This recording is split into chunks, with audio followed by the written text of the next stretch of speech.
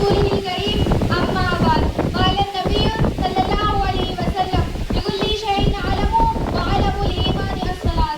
محترم حضرات، اس حدیث شرافہ نے آپ کے سامنے مختصر کے لیے حدیث پڑھی ہے، جس کا ترجمہ یہ ہے کہ سرکار دو عالم جناب محمد صلی اللہ علیہ وسلم نے ارشاد فرمایا ہر ایک چیز کا نشان ہوتا ہے اور ایمان کا نشان نماز ہے. حضرات، دنیا میں بھانت بھانت کے لوگ اور قسم قسم کی پارٹیاں ہیں. کوئی عربی ہے تو کوئی ایرانی، کوئی فرانسی ہے تو کوئی جاپانی، کوئی چینی ہے تو کوئی ہندوستانی، کوئی افغانی ہے تو کوئی پاکستانی.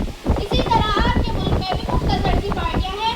کسی پارٹی کا نام کانگریس ہے تو کسی کا نام کمیونسٹ، کسی کا نام جن سنگھیا ہے تو کسی کا سوشلسٹ. کے باوجود کہ ان تمام پارٹیوں اور قوموں میں آپ جیسے کھاتے پیتے انسان شامل ہیں، مگر ان کی کچھ الگ الگ نشانے ہیں جنہیں دیکھ کر آپ معلوم کر لیتے ہیں کہ فلاں کہاں کا رہنے والا ہے اور فلاں کون سی پارٹی سے تعلق رکھتا ہے.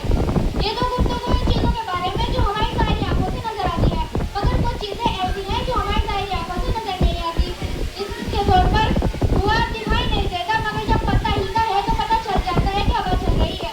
اسی طرح کفر، نفاق، فحش، ایمان جیسی چیزیں ہماری ظاہری آنکھوں سے نظر نہیں آتی، مگر کچھ علامات ایسے ہیں جن سے ہم پہچان جاتے ہیں کہ کون مخلص ہے اور کون منافق، کون مؤمن ہے اور کون فاسق.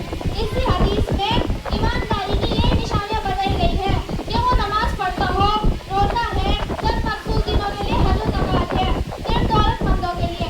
لیکن نماز ایک چیز ہے جو سال کے ہر دن، اور غریب ہو یا امیر، دولت مند ہو یا فقیر، جاہل ہو یا عالم، سب پر فرض ہے. یہی وجہ ہے کہ تاجدار مدینہ فخر رسول جناب محمد صلی اللہ علیہ وسلم نے ارشاد فرمایا من ترک الصلاۃ مدعا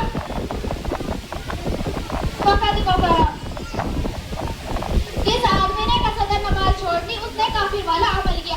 یعنی نماز چھوڑنا مسلمانوں کا کام نہیں. ہر مسلمان سب کچھ چھوڑ سکتا ہے، مگر نماز چھوڑنا اس کے لیے گوارا نہیں ہونا چاہیے.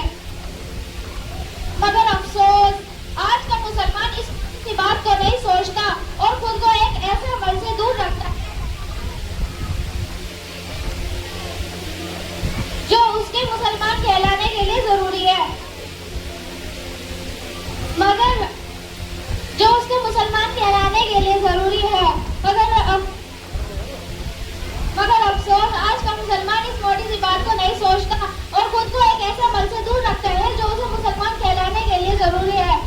آج باوجود مسلمان کہلانے کے لیے ذلیل دنیا میں ذلت فرقت ہمارے ساتھ لگی ہوئی ہے. یہی حال رہا تو آپ آخرت میں بھی کامیابی کا منہ نہیں دیکھ سکیں گے. ہمارا